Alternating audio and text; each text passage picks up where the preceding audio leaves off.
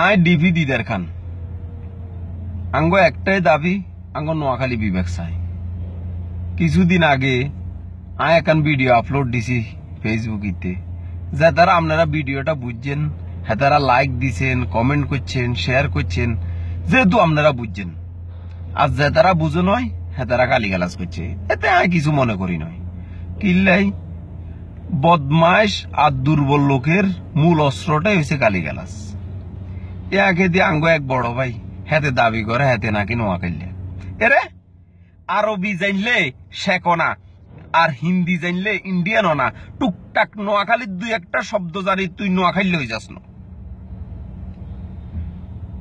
আর তুন মনে হয় তুই বর্ডারে তুন যাই যৌতুক লই কুমিল্লাতে বিয়ে করছ, নইলে কোন সুস্থ নোয়াখালী মানুষ জান যাইব একটা ওয়ার্ড খারাপ কথা কইতো না নোয়াখালীর বিরুদ্ধে। আর তুই যে হিসেবে কস গান্ধীজি ছাগল আমরা খাইছি যে কদিন হয়েছে, আর তোর মনে হয় তোরা ছাগল খাইছ, কিলে তোরে দেখলে বোঝা যায় তুই রঘু ডাকাইতের বংশধর।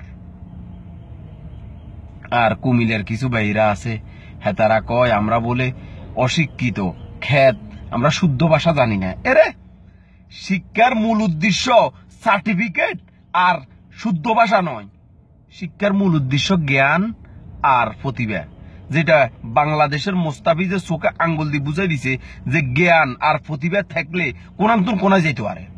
আর আমরা খ্যাত, আমরা শুদ্ধ ভাষা জানি না। এই অবস্থায় আমরা যদি স্পিকার হইতে পারি, সেনাবাহিনীর প্রধান হইতে পারি, ঢাকা শহরের মেয়র হইতে পারি, তাইলে বুঝ আমরা কি ন করতে পারি। হিন্দিতে একটা কথা আছে, সমজদার আদমিকেও ইশারাই কাপি। আর আঙ্গর নোয়াখালী বিভাগের বিরুদ্ধে যতগুণ আসত হেগুনের লাই আর তরফে তোর হানো কাপের ঠুল্লু